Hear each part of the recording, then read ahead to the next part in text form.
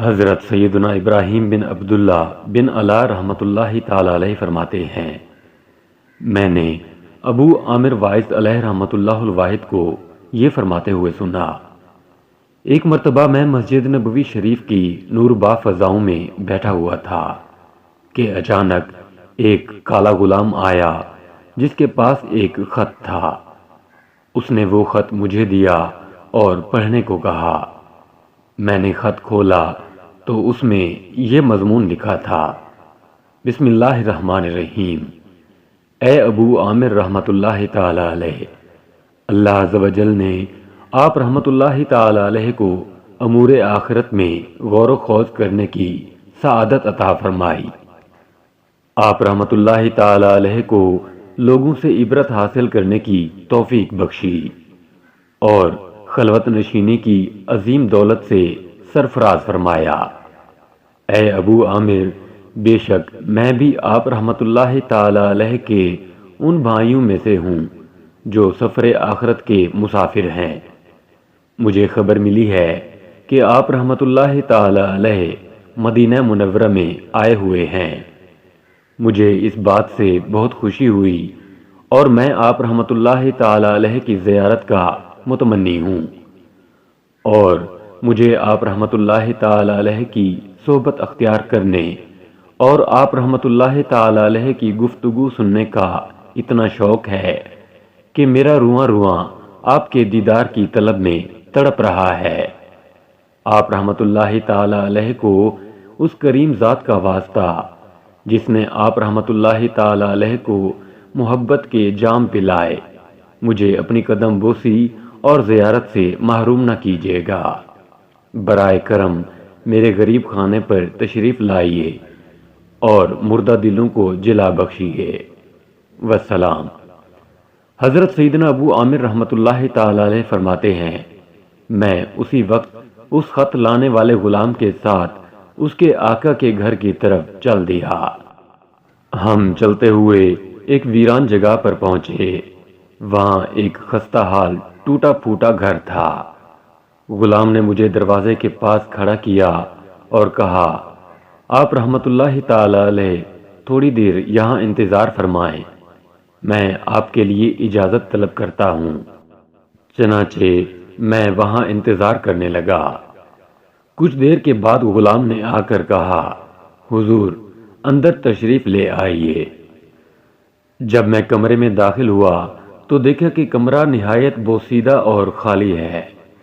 اس کا دروازہ کھجور کے تنے سے بنا ہوا ہے اور ایک نہایت کمزور و نحیف شخص قبلہ رو بیٹھا ہوا ہے۔ چہرے پر خوف و کرب کے آثار نمایاں ہیں، اور اسے دیکھ کر مجھے احساس ہوا کہ یہ شدید غم و پریشانی میں ہے۔ کثرت بکا یعنی بہت زیادہ رونے کی وجہ سے اس کی آنکھیں بھی ضائع ہو چکی تھیں۔ میں نے اسے سلام کیا، اس نے سلام کا جواب دیا۔ جب میں نے غور سے دیکھا تو معلوم ہوا کہ وہ اندھا اور اپاہج بھی ہے اور نہایت غم و الم میں مبتلا ہے، اور اسے جذام کی بیماری بھی لاحق ہے۔ پھر اس نے مجھ سے کہا، اے ابو عامر رحمۃ اللہ تعالی علیہ، اللہ عز و جل آپ رحمۃ اللہ تعالی علیہ کے دل کو گناہوں کی بیماری سے حفاظت میں رکھے۔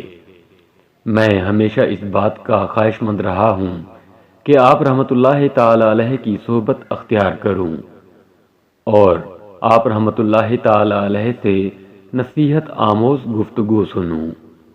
اے ابو عامر رحمۃ اللہ تعالی علیہ، مجھے ایک ایسا زخم دل لاحق ہے کہ تمام واعظین و ناصحین بھی اس کا علاج نہ کر سکے، اور اتباع اس کے علاج سے عاجز آ چکے ہیں۔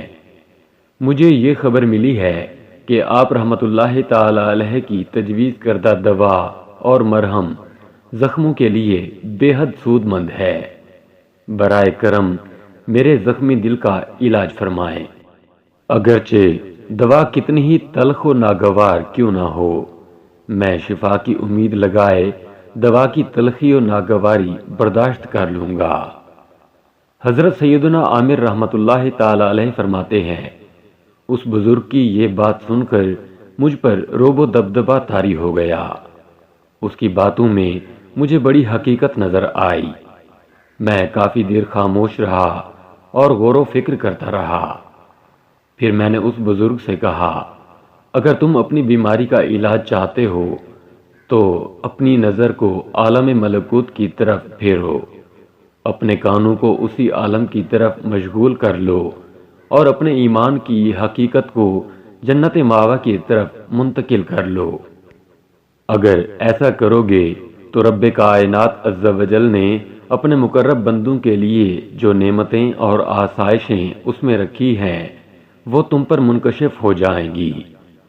اسی طرح پھر اپنی تمام توجہ جہنم کی طرف کرو اور اس میں غور و فکر کرو اور حقیقی نظر سے اس کو دیکھو تو تمہیں وہ تمام عذاب و مصائب نظر آ جائیں گے جو اللہ جل جلالہ کے دشمنوں اور نافرمانوں کے لیے تیار کیے گئے ہیں۔ اگر اس طرح کرو گے تو تمہیں دونوں چیزوں میں فرق معلوم ہو جائے گا اور یہ بات بالکل واضح ہو جائے گی کہ نیکوں اور بدوں کی موت برابر نہیں۔ حضرت سیدنا عامر رحمۃ اللہ تعالی علیہ فرماتے ہیں، میری یہ بات سن کر وہ بزرگ رونے لگے اور سرد آہیں بھرنے لگے اور ایک چیخ مار کر کہنے لگے، اے ابو عامر رحمۃ اللہ تعالی علیہ، اللہ عز و جل کی قسم، تمہاری دوا نے فوراً میرے زخمی دل پر اثر کیا ہے۔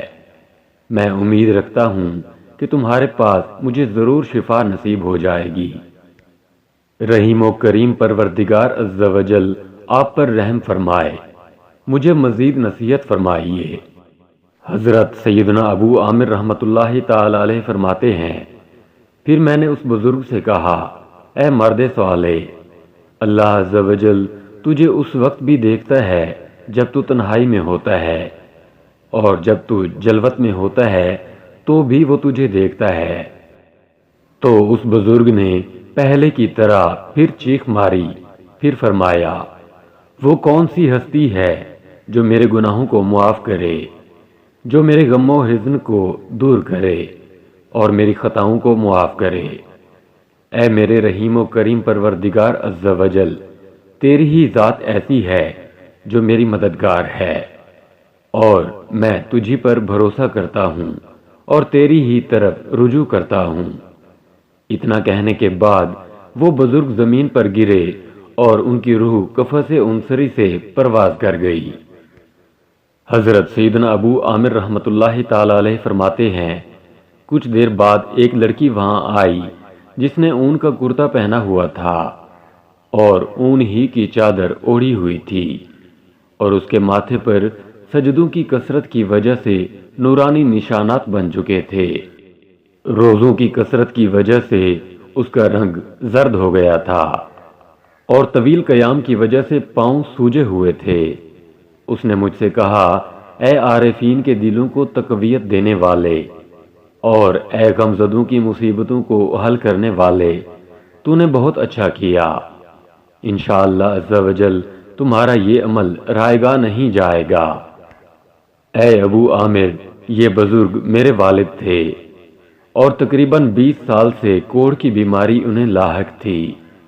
یہ ہر وقت نماز ہی میں مشغول رہتے، یہاں تک کہ یہ اپاہج ہو گئے۔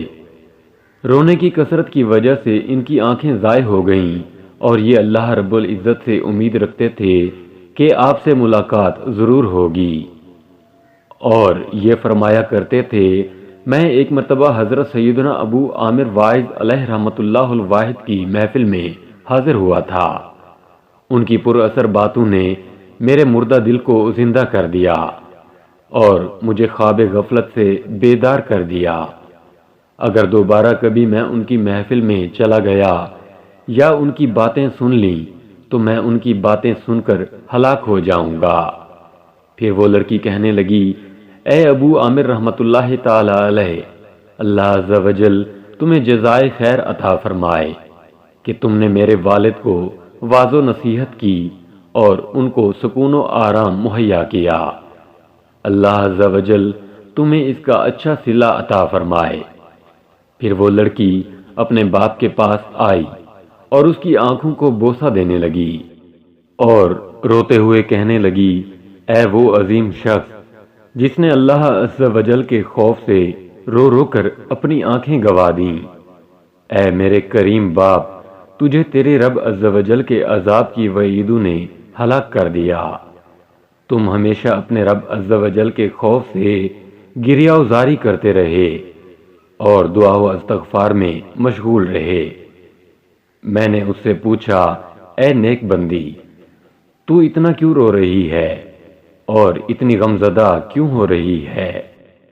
تمہارے والد گرامی تو اب دارالجزا میں جا چکے ہیں اور وہ اپنے ہر عمل کا بدلہ دیکھ چکے ہوں گے اور ان کے اعمال ان کے سامنے پیش کر دیے جائیں گے۔ اگر ان کے اعمال اچھے تھے تو ان کے لیے خوشخبری ہے، اور اگر اعمال نامقبول تھے تو یہ افسوسناک بات ہے۔ یہ سن کر اس لڑکی نے بھی اپنے باپ کی طرح چیخ ماری اور تڑپنے لگی، اور اسی حالت میں ان کی روح بھی عالم بالا کی طرف پرواز کر گئی۔ پھر میں عصر کی نماز کے لیے مسجد نبوی شریف علی صاحبہ صلاۃ والسلام میں حاضر ہوا، اور میں نے نماز کے بعد ان دونوں باپ بیٹی کے لیے خوب رو رو کر دعا کی۔ پھر وہ غلام آیا اور اس نے اطلاع دی کہ ان دونوں کی تکفین ہو چکی ہے، آپ نماز جنازہ کے لیے تشریف لے چلیں۔ پھر ہم نے ان کی نماز جنازہ پڑھی اور انہیں دفنا دیا گیا۔ پھر میں نے لوگوں سے دریافت کیا، یہ باپ بیٹی کون تھے؟ تو مجھے بتایا گیا، یہ حضرت سیدنا حسن بن علی بن ابو طالب رضی اللہ تعالیٰ عنہما کی اولاد سے ہیں۔ حضرت سیدنا ابو عامر رحمۃ اللہ تعالیٰ علیہ فرماتے ہیں، مجھے کافی دنوں تک ان کی موت کا افسوس رہا۔ پھر ایک رات میں نے ان دونوں باپ بیٹی کو خواب میں دیکھا۔ انہوں نے سبز جنتی حلے زیب تن کیے ہوئے تھے۔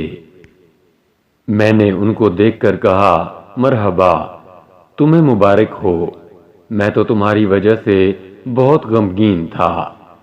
تمہارے ساتھ اللہ عز و جل نے کیا معاملہ فرمایا؟ اس بزرگ نے فرمایا، ہمیں بخش دیا گیا اور ہمیں نعمتیں ملیں، ان میں تم بھی ہمارے ساتھ شریک ہو۔